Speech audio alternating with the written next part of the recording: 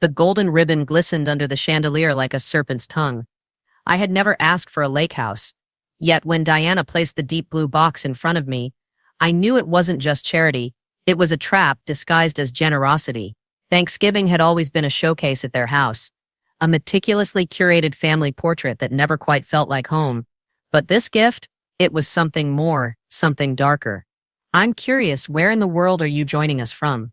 Drop your city or country in the comments, and make sure you're subscribed for all the latest updates. I had never asked for a lake house, yet when Diana placed the deep blue box in front of me, I knew it was far more than charity. Thanksgiving at their house always felt like stepping into someone else's dream. A cold one, curated for display, every place setting matched. The centerpiece had been flown in from a boutique florist. Even the turkey looked like it had been sculpted rather than cooked. I sat between my son Liam and the ghost of who he used to be. Gone were the messy curls, the spontaneous laughter. He was polished now, silent and less spoken to, his gaze flitting toward Diana like a trained pet waiting for instruction. And she, as always, floated above the rest of us. Diana, in her pearl sweater and cream slacks, untouched by gravy or real emotion. When the dishes were cleared, she produced the box. Everyone paused as she set it in front of me. The ribbon shimmered unnaturally under the lights. "We wanted to give you something special," she said. "You've given so much." Liam's smile was boyish, hopeful. "Go ahead." I didn't want to open it. I wanted to ask why she was giving me anything at all, especially something so big. But I didn't want to cause a scene, so I smiled and tugged gently at the bow. The lid lifted with a sigh. Inside, a leather folder nestled against velvet. My name, gold-pressed on the front. Underneath, a glossy photograph of a home framed by trees and reflected in still, dark water. I blinked. It's a lake house," Diana said too casually. "Fox Hollow. Fully renovated. And the deed's in your name," Liam added, like it was the most natural thing in the world. I held the folder as if it might bite. "That's very generous," I said. Diana sipped her wine, eyes never leaving mine. "We just thought you deserved something beautiful, like a consolation prize."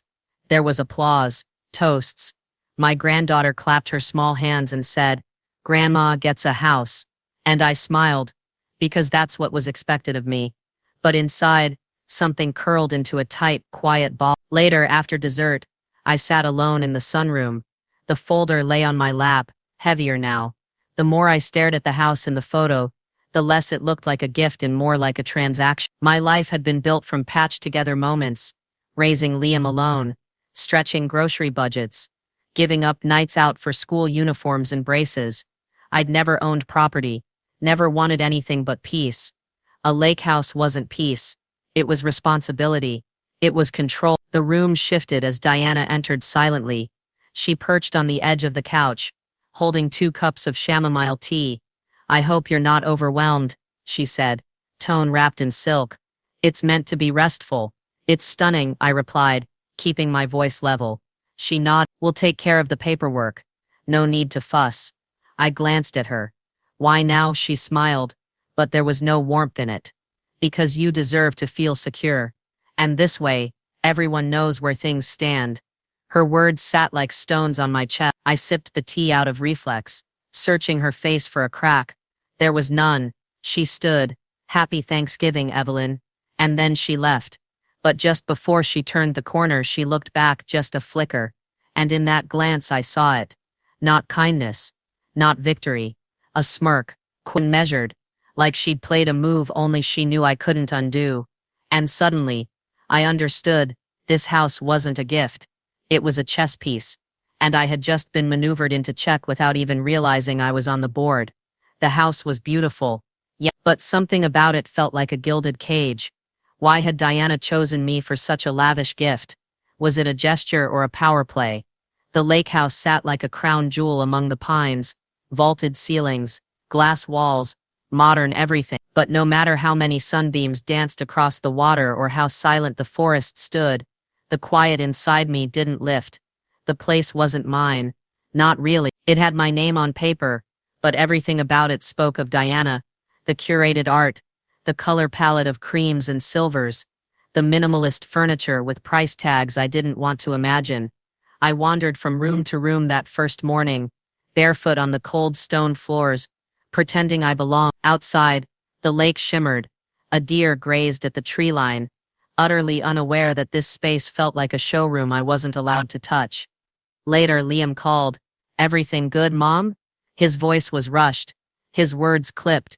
"It's stunning, She wanted it perfect for you," he replied. "You've earned this." But what had I earned exactly? His absence? Her approval?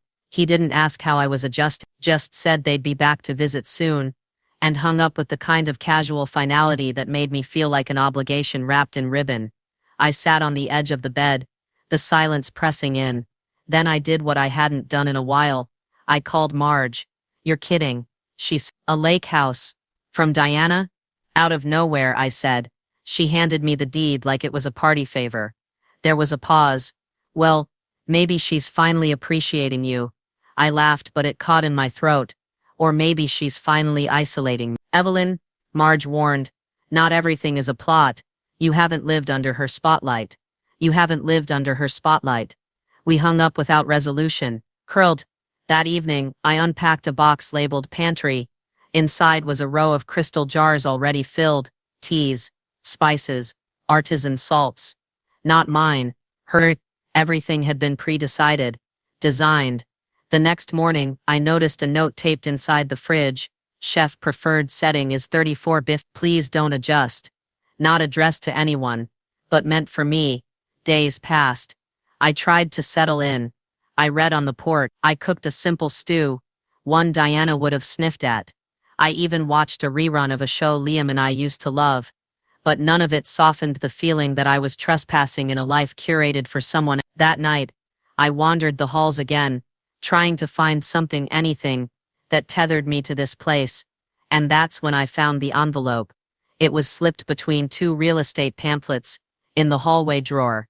Not hidden, but not displayed. The bank's logo was unmistakable. I opened it slowly. A single sheet, cold language, finalized loan disbursement details. Except my name wasn't on the sender line. Diana's was. The property had been purchased through a trust she controlled, then gifted through a quick transfer. It wasn't mine. Not fully.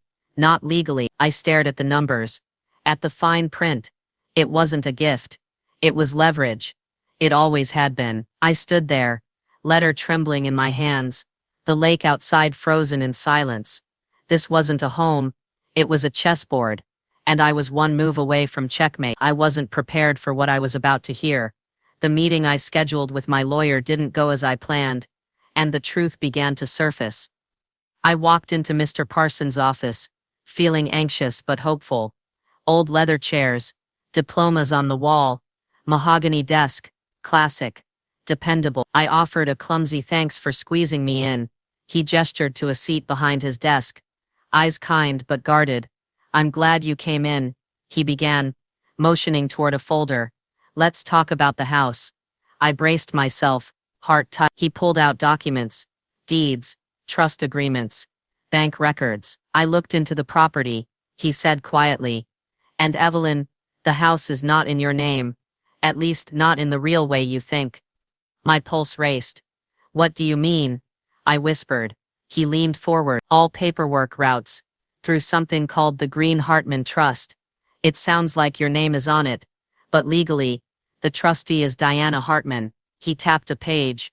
"This line here, she's the legal owner. You're listed as beneficiary, but that gives you no control unless she allows it." I stared, couldn't breathe. "So it's not mine?" I croaked. "Not really. It's hers. She retains power to reclaim it if certain conditions are unmet." The room blurred. I tried to blink tears back. "She never told me. She's not required to. It's legal, but that also means you're vulnerable." I clutched the arms of the chair. "But she said she gave it to me." "This was a strategic gift," Parsons said gently. "It appears designed so she can maintain dominance, use optics of generosity, while retaining legal authority." I felt panic curl in my stomach. My son, Liam, was he complicit? A tear slipped free. Parsons cleared his throat.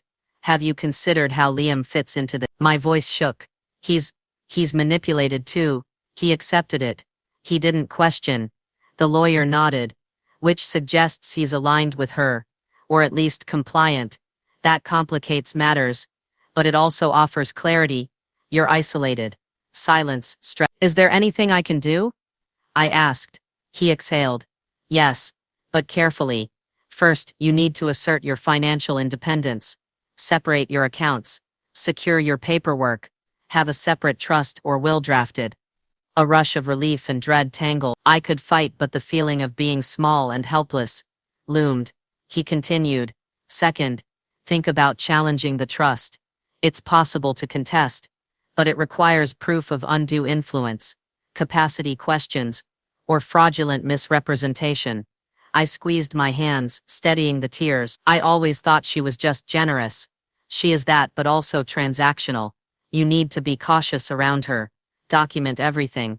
If she expects an apology or gratitude, don't assume anything unspoken will protect you. My throat burned. Everything I believed was curated. Parsons nodded sympathetically. That's often how control works. It arrives disguised as kindness. He gave me a copy of the documents, the trust, the bank letter, the clauses, then said, your next step is to decide what you want. Peace? Just ownership, which will determine how aggressive you need to be. I held the folder close to my chest, rising slowly. Outside, a gust rattled the window pane. In the parking garage, I paused before opening my car door, turning the papers in my hands as if they might dissolve. I thought of Diana's voice. You deserve to feel secure, and how her definition of security seemed tight as a cage. My mind spun. I opened the folder and found the deed, the trust agreement, the bank statement, the letter explaining maintenance fees. All evidence she'd locked me behind illusion. My chest tightened, but something inside shifted too. I got in the car. The engine hummed alive. I drove slowly, houses blurring past. I'd lost the comfort of illusion, but clarity felt heavier, but stronger, a resolve built in soft flame. I parked near a bench overlooking the river back in town. Something warm inside me crackled. I wasn't ready to fight yet, but I was ready to reclaim myself. I rose from the bench, the legal folder in hand. I'd made a decision, but the first step, my first move, had yet to be written. I had one opportunity to make things right. So I sold the lake house and left the sale papers in Diana's gift box. The envelope felt heavier than it should have. The final paperwork had arrived that morning, slipped through the mail slot like any other letter. But this wasn't just mail. It was freedom sealed in legal ink. I sat at the kitchen island, the marble surface cold beneath my arms, staring at the lake through floor-to-ceiling glass. It shimmered like a lie I'd finally stopped telling myself. I had found the realtor myself. Quiet, discreet. I listed the house under my legal name, even though the trust papers meant Diana still had her talons in it. But Mr. Parsons was clever.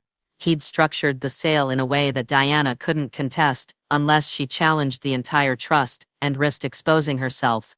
I had options, and I chose to act. I didn't tell Liam, didn't tell Diana. I couldn't. If I'd said it out loud, I might have lost my nerve. Instead, I moved through the process in silence, signing, initialing, transferring what little autonomy I had left into something concrete. By the time the deal was done, the lake no longer felt like a mirror. It felt like a trapdoor I'd finally sealed shut. That afternoon, I retrieved the box Diana had given me, the deep blue velvet with the golden ribbon from Thanksgiving.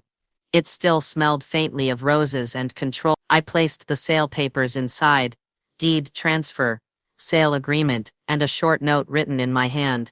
Thank you for the lesson. I sat for a while, box in lap, heart pounding harder than it had during the signing. Letting go of something you never asked for should be easy, but detaching from the performance, the illusion that took something deeper. Upstairs, I packed a few essentials, just clothes, journals, and a few photos, things I'd brought from home, things that were mine. The rest, every designer throw, every curated vase, every scent diffuser, programmed to smell like imported lavender, I left untouched. This house had never belonged to me. It was a theater set. and I was ready to walk off stage. But just as I stepped into the living room to place the box back on the coffee table, I heard the click of the door. Leaving already? Her voice, calm, clipped, like she knew exactly what I was holding. Diana stepped inside, trench coat unfastened, her heels quiet on the tile. She moved like a ghost, one that smiled. I wasn't expecting you, I said, my voice steady, but my fingers tightened around the box. I had a meeting nearby, thought I'd check in. Her eyes flicked to the box. What's that? I placed it gently on the table, still something I've been meaning to return. She took 2 steps closer. Her eyes didn't blink. It's a little late for gratitude, she said, almost amused. It's not gratitude, I said. It's closure. I turned, but her voice followed. You really thought you could get away with this, didn't you, Evelyn? I froze. She stepped forward slowly, her expression unreadable, but there was a chill behind her teeth, like winter waiting to bite. Selling the house behind my back, she said, tone still. Do you think that changes anything? I swallowed. My breath felt too big in my chest. I don't need to change everything, I replied quietly, just enough to remember who I am. She studied me, head tilted. We'll see how long that lasts. The sun shifted outside, casting the room in long shadows. And for the first time, I didn't flinch. Diana's smirk told me everything I needed to know. The game had changed, and I had no idea what the stakes truly were. The air felt thick as Diana settled on the sofa, her posture perfect. Behind her, Liam stood by the French doors, silent and distant, framed by the waning light. She fixed her gaze on me. I came back for a reason, Evelyn. You think you can erase what I gave you with a few papers? I steadied myself. You never really gave me anything. Not ownership, not trust. That house was a repayment plan, an illusion of love. Her lips curved, slow and mocking. Repayment. Love? You sound like a bitter aristocrat. I stood firm. I'm just done pretending. Diana's voice lowered. You never appreciated the value. Security. A future. This wasn't a simple gift. It was integration. A step into something bigger. And I didn't want it, I said. I wanted to be seen for me. Not curated. Not financed. Not packaged. She stood sharply, elegant anger flickering in her eyes. So you sold it. Betrayed me and our family. Do you think I don't notice your little rebellion? I kept my voice even. I noticed you. Your control disguised in sweetness. Your ownership hidden behind a ribbon. Diana's jaw tightened. She looked at Liam, still motionless. Then back at me. He's been nothing but loyal. Liam's silence stretched between us. His complicity, unspoken, hit harder than any of Diana's words. I fought not to wince. Loyal to a picture you painted. A life you built. She narrowed her eyes. Once you ruled this household. I gave you a chance to walk into a new one. And you spat on the generosity. You call it generosity. I said. I call it gaslighting. I didn't agree to being indebted. Her breath shifted. I sacrificed too. Marriage, finances, identity. I gave so you'd accept the family. And I didn't want your family. I wanted mine. Their silence held weight. Shadows stretched across the carpet. Diana backed toward the door. Ungrateful. That's what this is. I didn't flinch. I watched her leave. Heels clicking. The door closed softly. Stillness. Then Liam inhaled sharply. He turned to me, face pale. Maybe she's right, Mom. Maybe you never really belonged here. His voice cut deeper than any accusation. In that moment, I lost something precious. I whispered, as if to myself. Maybe I never needed to belong where I wasn't welcome. He looked away. I didn't speak. The front door clicked again. She was gone. I sank to the sofa. The box, the sale papers, lay open on the coffee table. The ribbon unraveled itself across the surface, like a wounded snake. I thought about how shame and pride feel invasive, and how the price of claiming your life can be loneliness. Liam hadn't moved. He stood by the windows, unmoving, a statue balancing grief and resolve. I closed my eyes and saw the first version of him, barefoot in our backyard, laughter light as wind. He had once belonged to me, freely.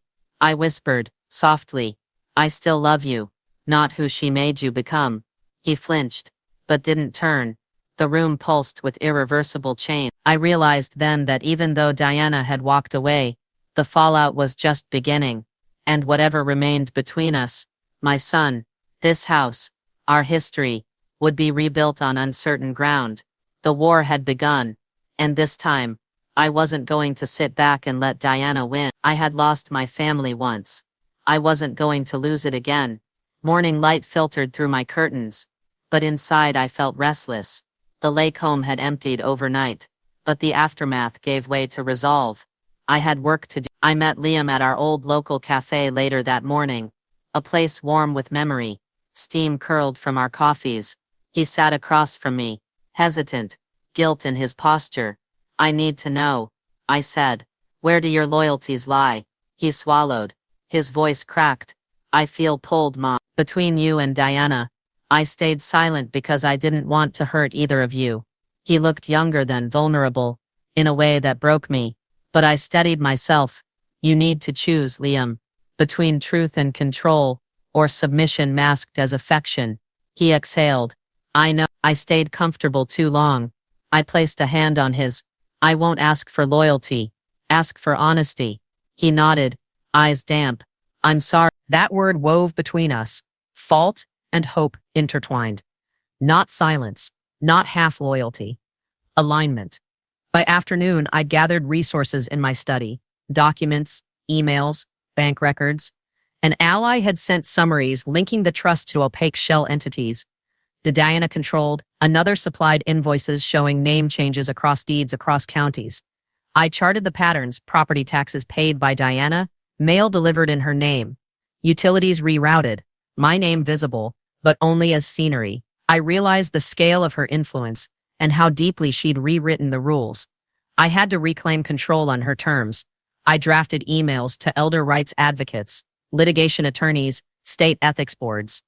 I referenced statutes, trust laws, powers of attorney. Step by step, I built a dossier that made visible what had been obfuscated. By dusk, I stood at my desk holding the stack of papers, blueprints of liberation built from quiet effort. Liam arrived early evening, unannounced. He stood in the doorway, watching. What do you need? I asked. He stepped in, eyes steady. To know how I help. By choosing, I said. By aligning. We rebuild, or we burn it down. Together or separately. He nodded. I want to help. That moment scorched doubt away. My phone pinged message from Parsons. Urgent. He called moments later. Evelyn, Diana filed an objection. She claims the sale violated your trust agreement, that you relinquished ownership improperly. I felt cold water in my veins. What does that mean? They seek to reverse the sale, not outright, but enough to pull the rug from under you. They cite a clause we might not have covered. So, it's legal attack? Technically, yes. They argue undue transfer of property and claim you lacked independent authority. My grip tightened. We have potential defenses, Parsons continued. Proof of her misrepresentation. Undue influence. We may still defend the sale, but it requires litigation. That made the stakes crystalline. I had framed the move. She had framed the counter. I hung up and sat in silence, listening to distant traffic, humming above the river. Liam found me there. Dossier open. We're doing this, he said, voice low. I stand with you. Tears filled my eyes. I nodded, not out of obligation, but because love sometimes requires contact. He breathed, straightened. On the desk lay a map, marked with addresses, financial entities, trust derivatives. A battlefield unfolding beneath my hands. Outside, twilight loosened. I stood, placing a gentle hand on my son's shoulder. Be brave, my child. Bravery looks like truth. He looked at me, more adult now than boy. Yes. The cassette player in the corner clicked. A song Dad used to play. Familiar, fragile. I reached over, turned it off. Neither decor nor display could dictate this moment. We would write it ourselves. Tonight, the new battle had begun. On legal terms, moral grounds, and the uncertain terrain of a mother's fight to reclaim identity, dignity, and family. Diana's legal moves were swift, but I wasn't going to back down. Not now. Not when I had everything to lose. The courier had barely left when my phone buzzed again. Another motion filed. Diana's legal team moved with the precision of a storm. Objections, counterclaims, injunctions. The strategy was clear. Overwhelm, exhaust, intimidate. Mr. Parsons called an hour later. His voice, usually calm, carried a weight I hadn't heard before. They're not just contesting the sale, Evelyn. They're trying to freeze your access to the proceeds. I steadied myself against the window frame. On what ground? She claims you acted outside the scope of the trust, using deceptive means. She's requesting an emergency hearing. The lake beyond the trees shimmered like glass, beautiful and dangerous. I pressed my hand to the cold pane. How bad is it? She has influence, friends in the system. If we don't act fast, they'll tie this up for months. For a moment, doubt cracked my resolve. Had I really thought I could outmaneuver her? I spent the next day going through files, contracts, receipts, emails. But with every paper I touched, I felt the limits of what I could control. This wasn't just about law, it was about power. And Diana had always played the long game. Liam remained silent. He'd disappeared after his vow to help. No updates, no visit. When I called, his responses were clipped, cautious. It felt like he was slipping again, pulled back into her orbit. I couldn't afford to wait for him. I withdrew from the world. I stopped answering calls unless they came from Parsons. I turned down Marge's offer to visit. Even the house felt too loud. I needed silence to think. If I was going to survive this, it had to be on my terms. That's when I found the number, an old contact from Harold's estate planning days.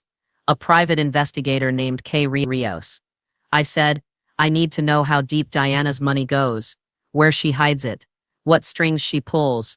There was a pause. You're Evelyn Hartman's mother-in-law? I am. We arranged a meeting for the next day.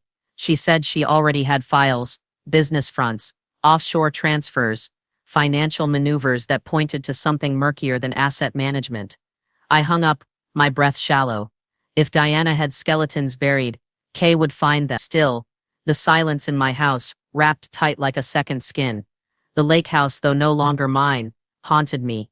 Its floors, its walls, they echoed with performances I no longer wanted to play. That night, I stood in front of the mirror, lines etched deeper. My reflection looked tired, yes, but fierce. I hadn't come this far to be erased. I wrote a letter to Liam, short, honest. You are still my son, but I won't beg to be part of your life.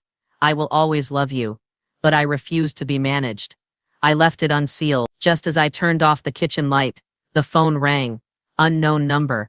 I let it ring once, twice, then picked up. Mrs. Hartman? Yes. A pause. You don't know me, but I knew Diana before she was Diana. My heart froze. Before Liam, before the lake house, before the money, before the name change. I gripped the counter. She did things, got away with things, but not everyone forgot. I could barely breathe. Why are you calling me? Because someone should have warned you sooner. I have proof, and I'm ready to talk. The line went dead, but the truth had cracked open, and nothing, not even Diana's fortune, could stop what was coming next. The truth had always been buried beneath layers of lies, but now the unraveling had begun. The cafe where I'd arranged to meet the informant was quiet, dim lighting, plush chairs. I sat at a corner table, heart thudding in my chest. The door opened, and a woman cloaked in inoffensive gray entered. She glanced around before coming straight to my table. I'm Marcia, she said, sliding into the seat. Her eyes were kind, but she carried a weight. You called? I asked. She nodded, pulling a slim envelope from her bag. This file should interest you. Inside were scanned documents, court transcripts, canceled checks, evidence of Diana's involvement in a financial fraud. 20 years ago, misappropriating pension funds of elderly clients, laundering through a shell company disguised as a charity. The names matched her earliest bank account. There was a sworn affidavit from an elderly widow, referencing a signature forged under stress, checking accounts emptied. I stared. This could ruin her. Marcia nodded softly. She used her status and wealth to bury it. Paid off witnesses, threatened legal repercussions. But I saved copies. I kept everything. Shock turned into clarity. Every extravagant gesture, every gift. It wasn't generosity. It was performance. A way to redirect attention from her history. I made copies, she continued. Secure one. If you decide to act. I tucked the envelope into my handbag. My mind raced, for the first time in weeks, with something bright and sharp. With this revelation, I had leverage. Hours later, I stood at the lake house, not to live, but to confront. The front door unlocked quietly. The interior was too pristine, too cold. I carried the envelope with purpose. Diana appeared, flawless in her pale linen, her heels clicking behind me. She regarded me with that same measured smile. You're early, she said. I have information. I replied, voice steady, about your past. Her smile didn't falter. Is that a question or a threat? I opened the folder. This transcript, testimony you thought no one remembered. A widow's account. Your signature.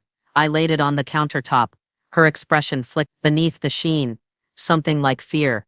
She closed her eyes for a heartbeat. You think that changes things? She whispered. I think negotiation just became inevitable. A shift occurred. Diana's shoulders tightened, but her voice stayed controlled. What do you want? I want full ownership returned. The house. My autonomy. No strings. Or I release this widely. She inhaled slowly. You're serious. I have patience now. She regarded me for a long moment. Then something in her posture shifted. A silent recalibration. Fine, she said softly. I'll draw up new papers. Deed transfer. Conditions removed. But you must sever ties with Liam. I blinked. That's your price, she continued. You cut him loose. You get what was gifted. Otherwise this goes public. My world wavered. I looked over the countertop at her, polished, confident. Then I closed my eyes, picturing Liam as a boy climbing trees, laughing. Now a man tethered to a woman I couldn't trust. He wasn't collateral. He was my son. My voice shook. You would use your husband's son as a bargaining chip. She leaned closer, tone cold. This is business. My heart hammered. I slid the papers toward her. I don't negotiate with vultures. She picked them up, folding her hands over the stack. You'll regret this, she said. But you'll survive. I nodded. What do mothers do? Her eyes hardened. They fight. As I turned to leave, I passed through the living room. Coffee stains on the rug. Memories mismatched. The envelope still weighed heavy in my bag. Truth in my hand. Outside, the car idled. I climbed in. My phone vibrated. Text from Parsons. Be ready. They will respond in writing. The next stage stars soon. I inhaled deeply. Fear pressed against me. But the fire burned stronger. I had a choice. Take Diana's deal and reclaim a place at the cost of my son. Or continue the fight and risk everything I ever held dear. I drove toward home, not sure what the next move would be, but certain the unraveling had become mine to define. The stakes had never been higher, and I was about to make the hardest decision of my life. Could I really walk away from my son for good? For 3 days afterward, I drifted through misted hours. Diana's ultimatum echoed in my mind. Sever ties with Liam and you reclaim the house. Otherwise, I go public. Each word pressed into my chest like iron. I spent the afternoon in the sunroom, tracking the dust swirling in the afternoon light. That house, once a showcase of wealth and generosity, sat like a gilded jail around me. Now it felt like a monument to illusion. A message from Marge appeared on my phone. You deserve peace. Evelyn. Another from Susan. Your life is your own. You deserve autonomy. Their kindness warmed briefly, and still I felt raw. What would I lose if I accepted Diana's terms? More than property. Ownership meant more than bricks. It meant dignity. It meant signaling I belonged. I called Liam. His voice was cautious. Are you all right, Mom? He asked. My response came softly. I'm not sure. He offered no comment. Just quiet. Distance. When I hung up, grief followed like cold rain. I let it soak me until the edges smoothed. Anger, regret, fear, they all washed through me. That evening, I printed the legal clause from Diana's attorney, terminus of maternal relationship as condition of deed, transfer. I circled it in red. The phrase glared back like betrayal embossed in bold. At night, I drafted letters. One to Diana. I refuse your term. Another to Liam. I love you, but not at the cost of losing myself. I rewrote them until each sentence burned. My confidants checked in. Marge dropped off chicken soup. Edith left a voicemail. Love may require standing alone. Their words pierced gently. Comfort, but not clarity. Meanwhile, Diana's legal pressures intensified. Letters piled up. Respond by week's end. Your cooperation will avoid protracted litigation. The undertone was clear. Control without mercy. I scheduled another meeting with Kay Reed. She delivered bank ledgers, corporate filings, trust schedules, tracing Diana's financial strands. Their depth stunned me. Front companies, offshore accounts, manipulated property lines. It was an empire built in shadow, one shock from collapse. Even so, choice remained heavy. If I walked away, would I lose Liam forever? If I stayed, would I crumble under expectations forever? On the fourth morning, I wrote my final note to Liam on crisp cotton cardstock. Son, if you truly can live without me, I will not bind you. But I refuse to live tethered by someone else's terms. It was bitter and honest. I left home to mail it. The drive through the forest felt endless. Each question echoed. Was I honorable or broken? Was my independence worth a wound this deep? Inserting the letter into the mailbox, my phone buzzed. I recognized the name. My heart convulsed. It read, "Can we talk?" I froze, fingertip hovering over call. The envelope I'd just mailed felt heavy in my coat pocket. Did it mark an unconditional goodbye, or open a second chance? At dusk, I returned home. The house felt hollow. The letter to Diana remained unsigned on the desk. I hadn't confirmed anything. Inside, I gathered the documents. Kay's files, Parsons's summaries, my correspondence. My hands trembled slightly as I aligned them on the desk. The physical weight of what might happen was real. Then knock. It startled me. The knock again, soft, hesitant. I opened the door. Liam stood framed in twilight, pale-faced, eyes earnest. In his hand, the sealed cardstock letter I mailed earlier. "Mom," he whispered. My breath caught. He entered slowly, stepping through the threshold into the house that had once been home. I closed the door behind him. He placed the letter on the table. His eyes met mine. Unsteady, he began, voice low. Can we talk?"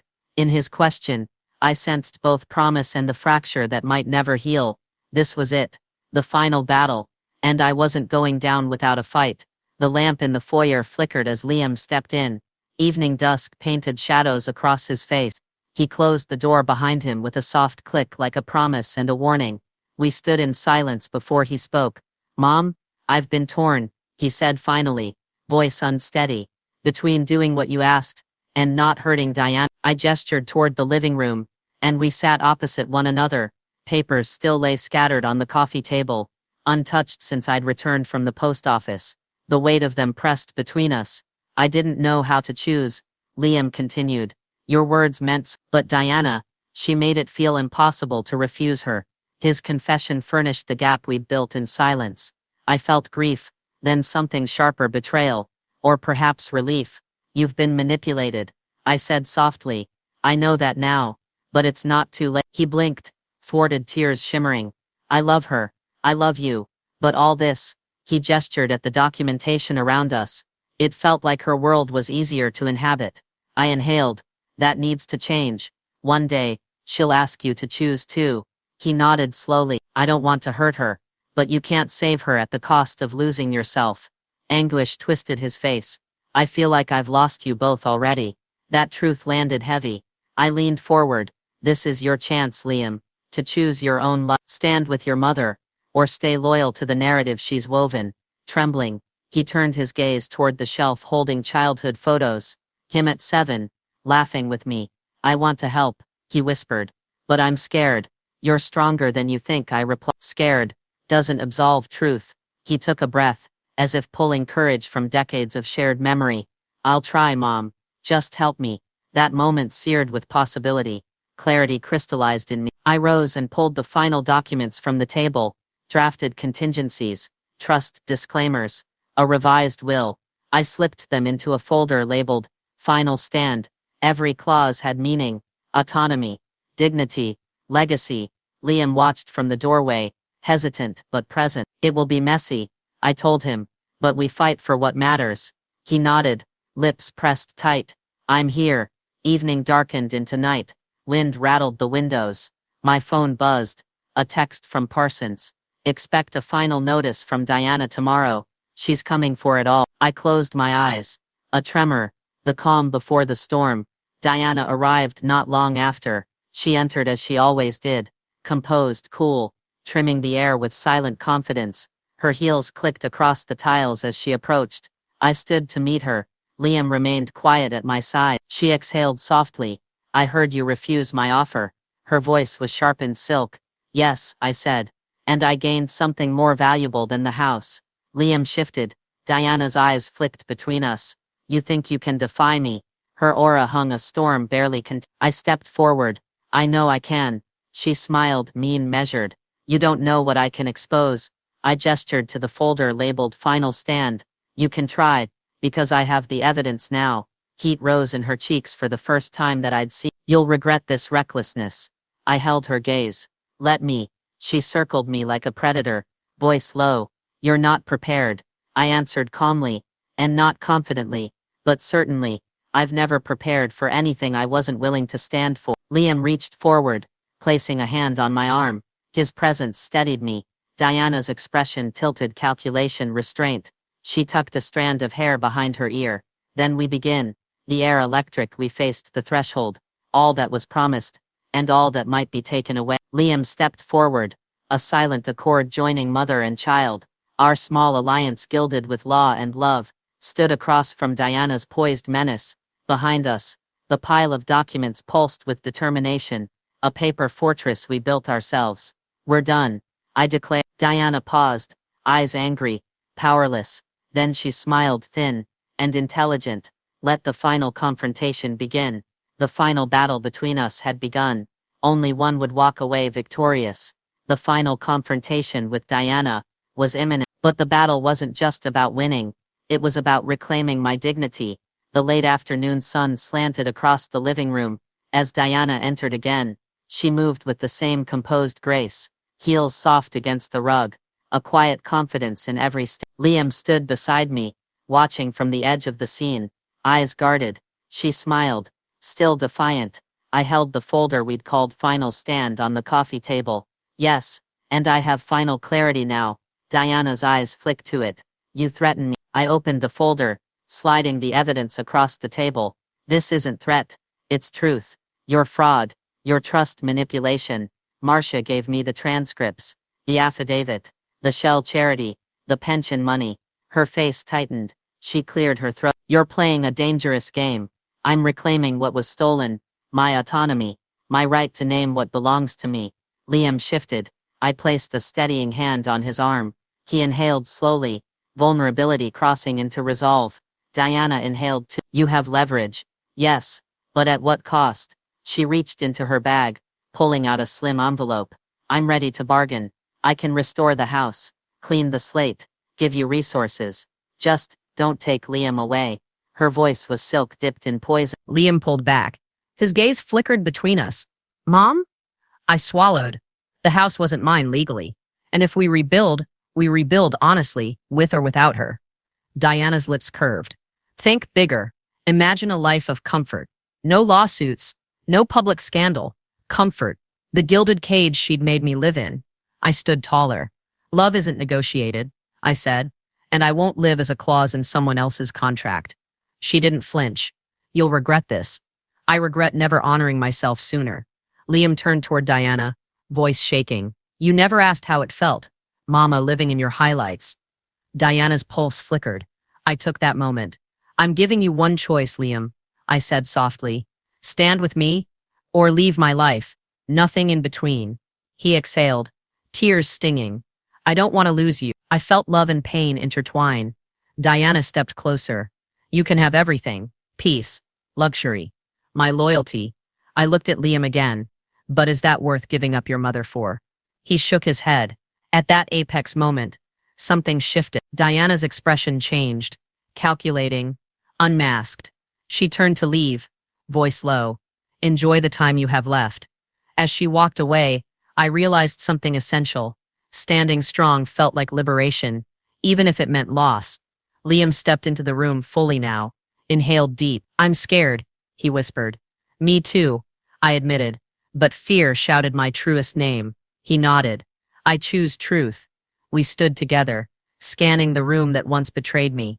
The house no longer shimmered. It felt like reclaimed space. Later, as dusk settled, I gathered the documents again.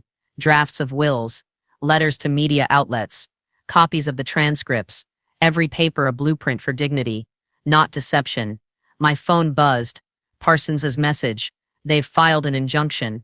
More legal fire coming. Stand firm. I stared at the screen. This fight was far from over. Then another notification. From an unknown number. Come at noon. You'll see who really holds power. My chest tightened. At noon, a car drove up. A figure stepped out. Midday silhouette. I opened the door to find Marcia's informant, waiting, calm, purposeful, with presence that seemed to still the wind. Behind her, a second figure emerged from the car, someone I hadn't expected, a woman with icy composure, older than Diana, eyes that recognized me. My heartbeat stuttered. The past isn't buried, the woman said softly. I'm here to confirm every word. The final confrontation had begun, and a new truth had just waltzed into the arena. Who she was, and what she carried, would change everything. The unexpected visitor wasn't just a blast from the past. She held the key to Diana's true undoing. The afternoon sun warmed the entryway. As the older woman stepped inside, she folded her coat with deliberate calm, eyes steady. Hannah, Diana's former associate. The air shifted, as if the room suddenly became the center of a storm. I guided her to the study. Liam lingered in the doorway, conflicted. Papers lay open across the desk, evidence we prepared for when the final battle arrived. Hannah sat and drew a manila folder from her bag. You want the truth, she said. Here it is. She placed the folder before me. Inside were photographs. Diana shaking hands with shell company executives, money transfers traced through numbered corporations, a ledger from 20 years ago, showing embezzled client funds, testimony from whistleblowers, signatures matching Diana's earlier identity. She spoke softly. She built this on lies. She erased people, threatened reporters, bought silence. When her mother's charity collapsed, she inherited more than a name. My breath. You see, she continued, that trust agreement, the house, the debt, these were never about kindness. They were extensions of her empire, and until someone demands accountability, she keeps wielding her influence. Liam stepped closer, eyes fixed on the document. Hannah paused and looked at him. Your wife, she engineered property deals, pressured families into compliance. But you can choose differently. I wrapped my fingers around the folder. Relief rushed in like recognition. This was the leverage we needed. Hannah, will you testify? She nodded. I don't care about money. I care about truth. Tears gathered behind my eyes. This was more than justice.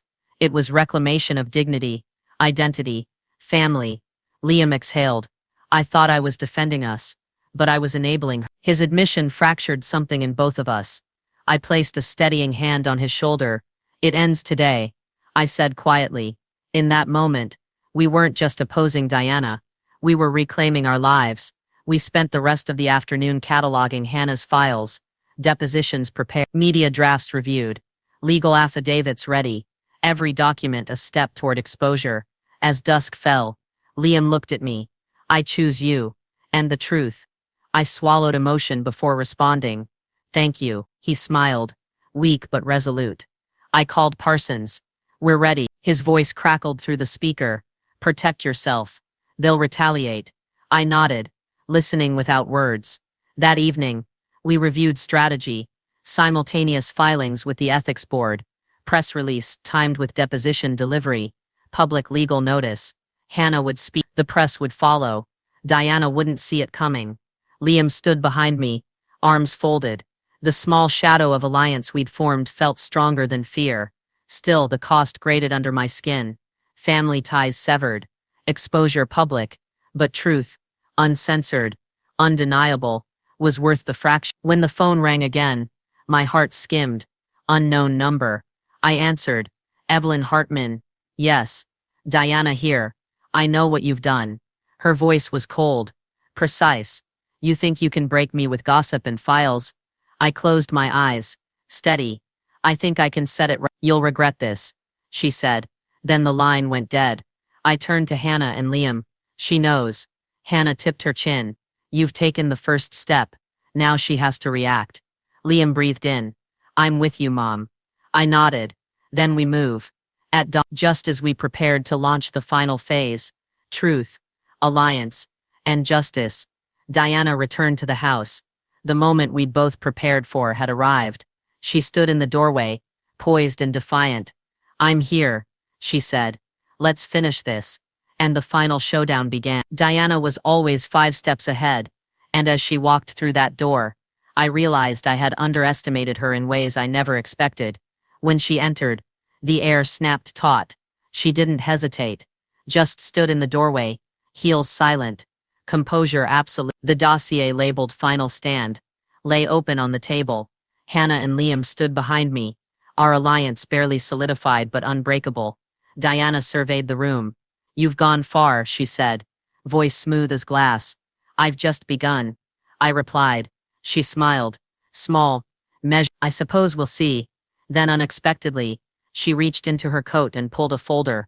My heart clenched. This, she said, setting the folder on the table, is my final play. I opened it.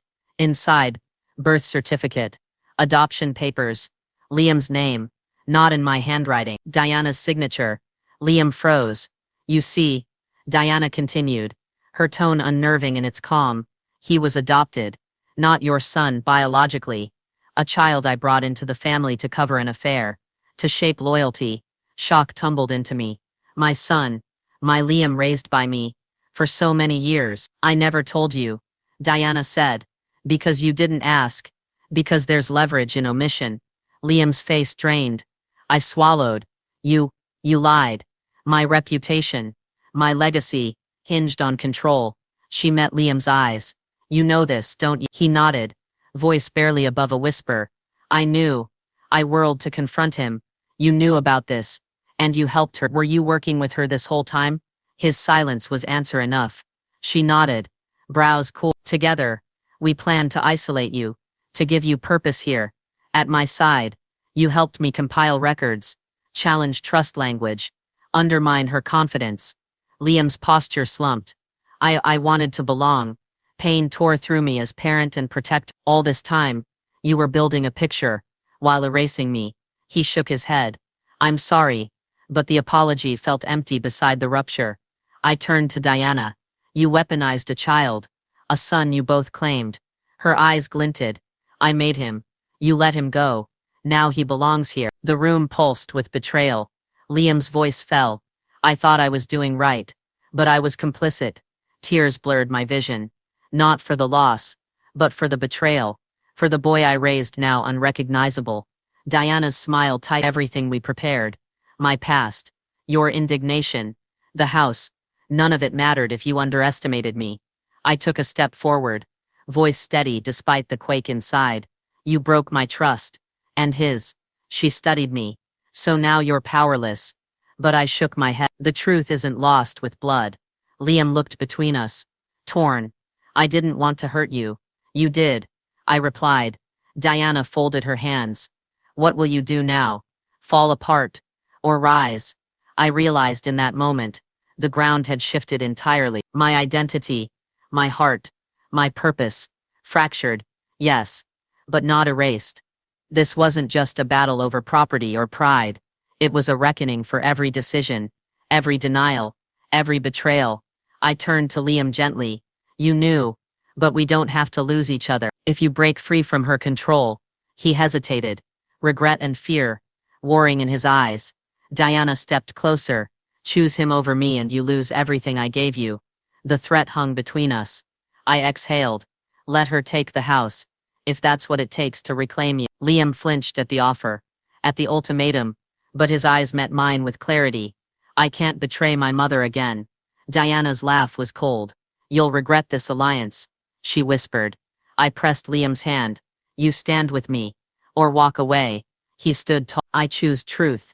I choose you, Mom. Diana's face twisted. Rage, disbelief, calculation. She spread her arms slightly. So be it. Then she turned and walked toward the door. Before leaving, she paused. You won't find satisfaction in truth, she warned, because you'll remember what you lost. The door clicked shut. In the hush, I looked at Liam. He sat, pale and trembling. I don't know where to go from here, he muttered. I gathered him close.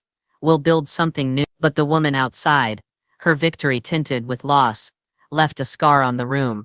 Tonight, trust was shattered, but family, or what might remain of it, would have to be rebuilt from rubble. I had endured the ultimate betrayal, from both the wife I feared, and the son I raised. And now, I knew, the final move wasn't mine, it was ours. I had no choice now. I had to make my last move, and it had to be one Diana couldn't undo.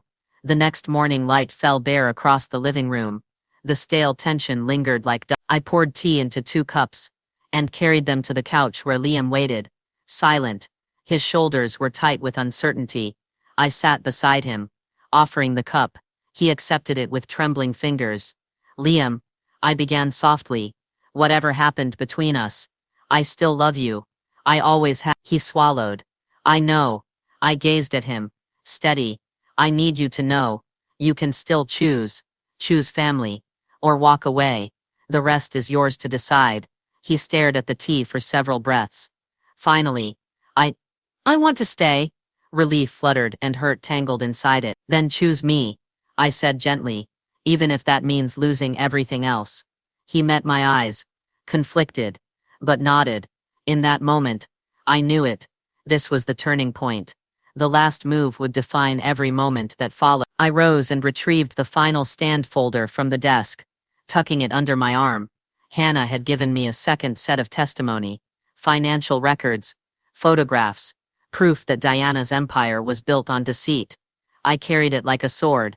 Diana found us at noon, arriving without warning. The front door clacked shut behind her as she entered, cool, composed.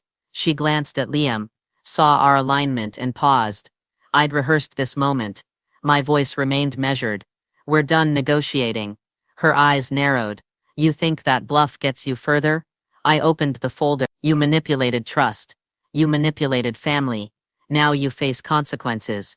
You can reverse everything you broke, or I make it public. She took a step forward. You're bluffing. I let silence sit. Liam cleared his throat. She's not bluffing, Diana. We have evidence. She paused, her composure flickering. You think you have power here? I asked. Your leverage ends today. She exhaled sharply. For the first time she appeared unsettled. Very well, she said quietly. You get your papers, but you'll regret the truth. Her threat slid between us. Brittle. I stepped toward her. I regret nothing. Diana's eyes flicked to Liam. You trust her. He met her gaze head on. I trust my mother. Her face paled. The silence stretched. Then she turned and walked out. Her heels clicked down the hall. A departure and a warning. We stood together amid the quiet aftermath. Liam exhaled. Mom. I'm sorry. I placed a hand on his arm. Then we moved forward. Late afternoon. I penned a letter to Diana. Your offer is rejected. I will not trade my dignity, or my son for a house built on manipulation. This ends today. I signed it and slid it into an envelope, addressing it by hand. Tonight, I'll send it, official notice, legal and emotional closure. By evening, legal messages pinged in. Hannah's informant files were forwarded to ethics boards, media contacts and the courts. A dossier of fraud, coercion, and deception. My phone buzzed again. It was Parsons. Expect Diana's attorneys to file temporary injunctions tomorrow. She'll fight hard. Stay grounded. I exhaled, folding the message. At dusk, Liam joined me in the hall. Shadows lengthened around us. Do you regret it? He asked. I looked at the sale notice box on the table, the blue velvet ribbon undone. Not for a moment, I said. I do this for us. Not out of vengeance, but out of truth. He nodded, tears glimmering. Then we heard it. A soft knock at the door. We exchanged glances. I moved to open it. There stood Diana again. Her posture guarded, her expression unreadable. She carried a slim envelope. I came back, she said, voice low, to deliver one final message. My hand clenched on the doorframe. She held out the envelope. This is your last chance. Read it, and you may find a way to survive this. My heart hammered. Liam stepped forward, shielding me. I took the envelope. This was my final move. Open the door. Or leave it closed forever. The paper edge had weight in my fingers. Diana turned and left. Heels soft. Threat unspoken. But understood. I closed the door. Liam and I stood in silence. I looked at him. My son ally. And confess, he asked. Voice soft. Should I open it? My breath caught. I nodded. He opened it. His eyes swept the page. And I knew. Whatever lay inside would decide everything. My last move had been made. Now the final move belonged to fate. The dust had settled. And I was finally but freedom came with a price. Would I be able to live with the choice I made? Light filtered softly through the thin curtains of my new home. The walls were painted a pale sage, a contrast to the cold modernity of the lake house. Liam's decision hung beneath a history, rewritten, but his choice had been made. The old home was gone, and with it, the illusions. I sat at the small kitchen table, poring over the final filings, trust documents, affidavits, media statements, Hannah's testimony. Diana's empire had unraveled enough that the ethics board had initiated an inquiry. A press release had gone live. Articles already circulated. Her reputation faltered. I folded one last packet. A letter to the new neighbors, introducing myself. My smile in the photo felt honest. Unguarded, I sealed it. Heart buoyed by clarity. Outside, Liam packed the last of his clothes into boxes. He moved with intention. Calm. Deliberate. Movers would arrive tomorrow. He would begin again. The hallway was silent. I watched him from the doorway. He paused. Mom. I stepped in. Yet, he lifted a small photograph of us at my old birthday dinner. Laughing. He stared at it long. I'm sorry for everything. I touched his shoulder. I know. Now we rebuild. We placed the photo in a small frame, side by side on the mantle, a quiet symbol of what remained. That afternoon, the phone rang. A reporter I'd spoken to called with the next question. Are you prepared for a custody battle, or more legal retaliation?